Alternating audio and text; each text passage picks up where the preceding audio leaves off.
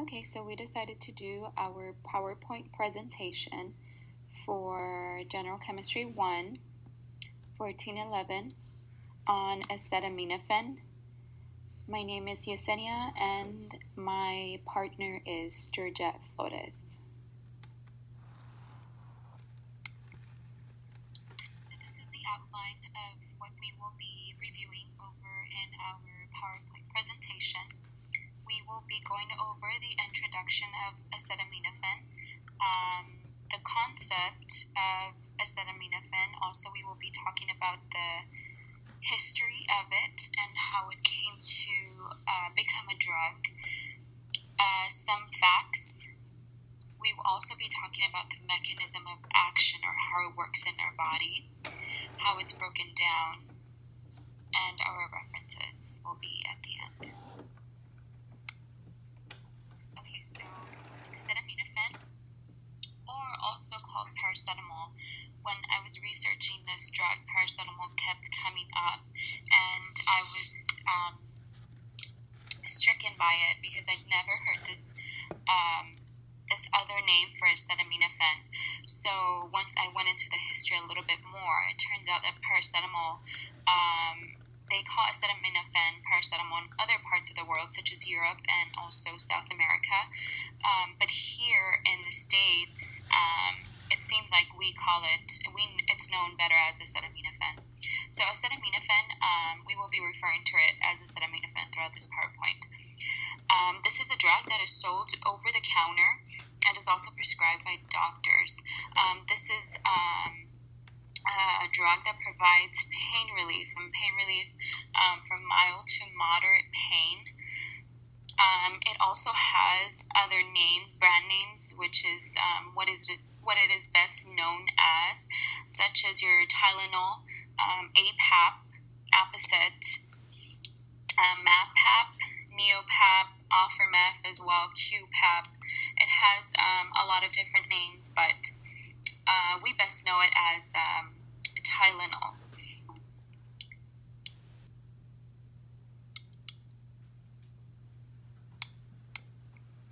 So we're going to go over some uses for acetaminophen. Acetaminophen can be used for arthralgia, or pain in the bones, dental pain, dysmenorrhea, headaches, myalgia, osteoarthritis or bone pain, and it has an unlabeled use of treating migraine headaches. Also, acetaminophen can be used in combinations with other drugs to treat moderate to severe pain as well. Acetaminophen is also an antipyretic, or it controls fevers. Okay, so we're going to talk a little bit about the history of acetaminophen. Acetaminophen was not first known as acetaminophen. It was actually a mistake that it was how it was discovered. So in 1886, two doctors by the name of Arnold Kahn and Paul Hep, both from France, they were treating a patient who had intestinal parasites. So they were treating the patient with a drug that was not beneficial, and they ordered another drug, and a local pharmacist that was not very experienced sent them a prescription for acetanilide, which he mistakenly filled, and then they discovered that acetanilide was an antipyretic. And then after that, in 1889, by Karl Morner of Germany, he discovered that acetanilide, once in the body, was then metabolized to acetaminophen. And once they discovered that it was metabolized by acetaminophen, the drug started going extensive research in 1910 by a German physician. So although acetaminophen was not prescribed or studied any further until 19 use of the drug in England did confirm acetaminophen being safety to be used as a fever and a pain reducer. So then in the late 1940s, a laboratory by the name of McNeil Laboratories came to know of this drug, and they started marketing it, and they started doing more extensive research on it. So then until 1955, then McNeil Laboratories first introduced and released the first acetaminophen out to be prescribed to patients, and the first one was for children. It was the Tylenol elixir.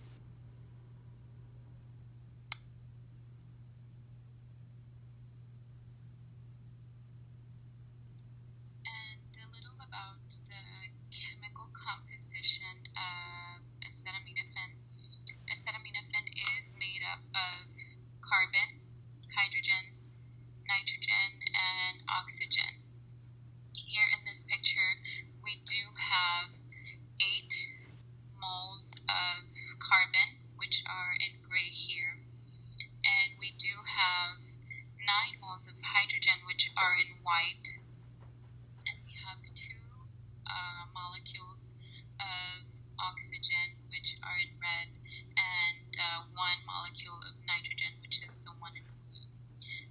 The molecular mass for acetaminophen is 151.16 grams per mole, and the melting point for acetaminophen is anywhere ranging from 169 to 170.5 Celsius.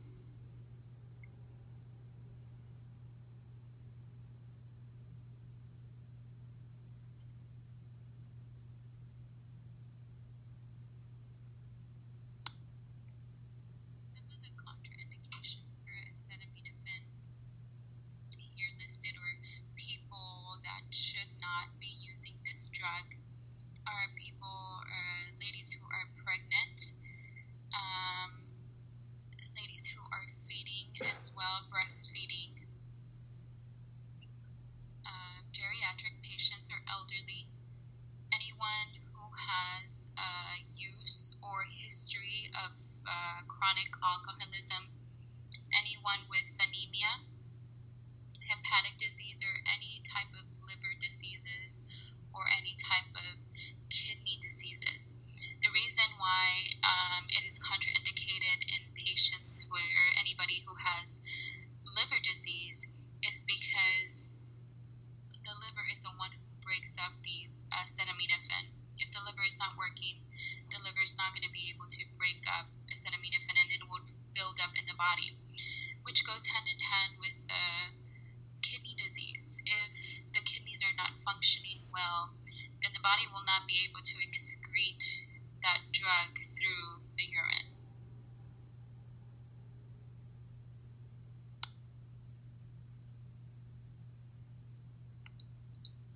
So for precautions of acetaminophen, which what side effects this medication can potentially cause, even though it is sold over the counter, it does have very life-threatening side effects. So it is always best to consult your doctor before you start taking this drug. It can cause, it's a hepatotoxic drug, or liver toxic, which means it can cause liver problems, liver failure, and liver disease. Also, hepatic encephalopathy, hepatic going back also to the liver, can cause neural abnormalities such as seizures. GI bleeding is also there, any type of intestinal bleeding such as your esophagus, mostly happening in the stomach. Diarrhea also, bloody diarrhea, any type of bleeding in the GI system. It can also cause renal failure, kidney failure. It can also cause any type of blood abnormalities, such as anemia and thrombocytopenia, or low platelet count anemia, not enough enough red blood cells in the body. Also, jaundice. Jaundice is a yellow coloring to the skin, and this happens because the liver is not functioning well. And like I said before, also it can cause neural abnormalities. It can cause the central nervous system to overstimulate itself, causing delirium, then seizures, then coma, then death. So it is always best to consult a doctor before taking this medication, this drug, if any of the above are already happening in the body.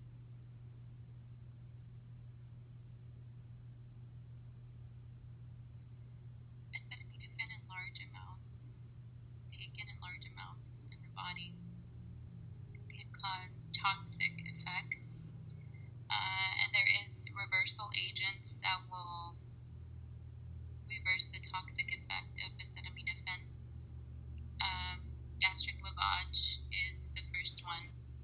This one, they insert a tube down the nares, and they will instill water, normal saline, to wash out the stomach. And then there is a pump coming out of the same tube to wash out the stomach and bring out all the contents of the drug, therefore reversing the toxicity, acetaminophen toxicity. Also, activated charcoal can also cause a reversal, can also reverse it. This is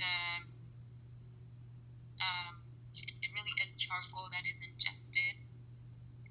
It's not only for acetaminophen toxicity, but it can be used for other drugs as well.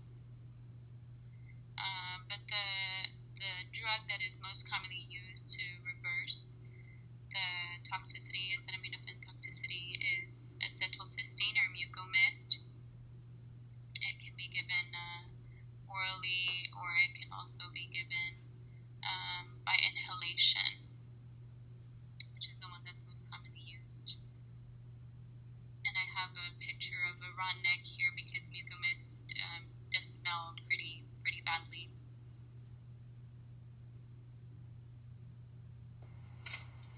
Okay, so now we're going to go ahead and take a look at acetaminophen. What are the routes and what are the dosages? Routes means how can you take this medication. So you can go ahead and receive it by an IV. You can receive it orally, and those can be either chewable, by elixir, or tablets, okay? And there's also another route which is rectal, and that's a suppository usually. So intravenous, that is the only way you're going to get that medication is if you get it when you're having surgery. Surgeons like to administer that as well as anesthesiologists. The rest, oral and rectal, you can get those medications over the counter.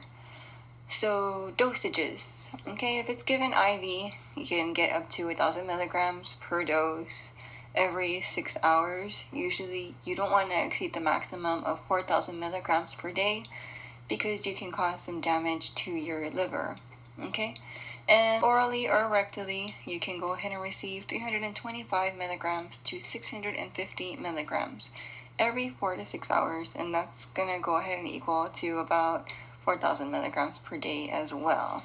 Okay, so what about some facts? Okay, so acetaminophen and lots of other medications are regulated in the U.S. by the Food and Drug Administration. Okay, so this sets a lot of standards as to what's making this medication safe, right? So another fact is this medication belongs to step 1 of the analgesics in the World Health Organization, or also known as WHO classification, okay? So far acetaminophen is by far the most commonly used non-narcotic analgesic. So it's very, very common and very, very popular, right? I mean, everybody thinks just reach for a Tylenol. Okay, also a lot of studies show that it's not clearly used for this, but some studies do show that it can also be used as an antiemetic, or if you want to prevent vomiting and nausea, right? So it is also available in combination with opioids as an adjunct. We'll go ahead and talk about that in our next slide. Okay, and also a lot of doctors prefer acetaminophen as a preferred medication for osteoarthritis, right? Okay, so acetaminophen as an adjunct. So first of all, what is an adjunct? So an adjunct, you can think of it as a helper, okay? Acetaminophen is sold with a few different types of narcotics, also known as opioids, right? So opioids are derived from the flower called opium, okay? So acetaminophen with oxycodone, some examples of that are Percocets and Endosets. You also have acetaminophen with codeine. Some examples include Tylenol with codeine number 3, Tylenol with codeine number 4, and Capital with codeine, okay? Acetaminophen with hydrocodone, some examples of that are Vicodin, Lortab, and Norco. So these are very, very scary, okay? You have to be very careful with these medications because they can be high risk for overdose, okay? Opioids can cause respiratory depression, so very, very careful, okay? These may be habit forming, partly because of the opioids. Opioids are highly, highly addictive and habit forming. So what happens if you take these, right? So some things that can happen, it cause dizziness, drowsiness, slow down your bowels, can cause constipation. Also, one big point is these medications should not be stopped abruptly. They should be tapered or slowly decreased in order to stop withdrawal symptoms. Okay, it can be highly addictive. Withdrawal symptoms, some things that can happen are shivering, sweating, hallucinations. Very, very bad. Okay.